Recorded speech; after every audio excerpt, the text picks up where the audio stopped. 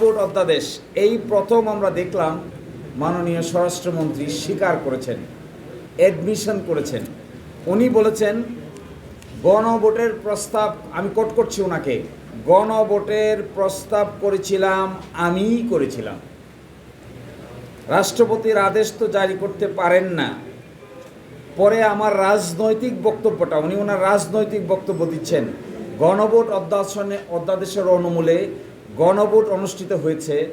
গণভোটের বৈধতা প্রশ্ন, সেটা যখন আমরা এই সরকারের মানে ইন্টারিম গভর্নমেন্টের সমস্ত বিষয়কে বৈধতা দিব, তখন সংবিধানের চতুর্থ তফসিলে একসাথে সকলগুলোকে বৈধতা দিব।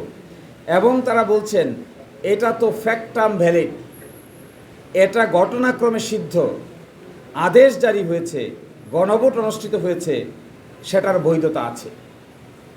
এখন আমরা বলছি যদি ফ্যাক্টাম ভ্যালিড হয়, বৈধতা আছে এই কথা বলেন, তাহলে এখন আপনাদের উপর দায়িত্ব হলো বাস্তবায়ন করা।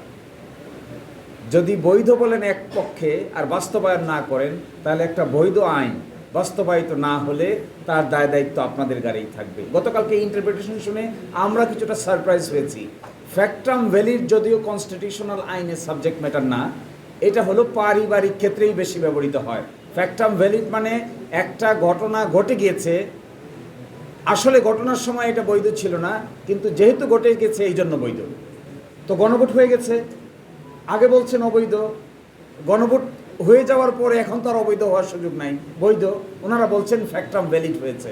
তাহলে আমরা এক্সপেক্ট করব আপনারা এখন এটাকে বাস্তবায়ন করবেন।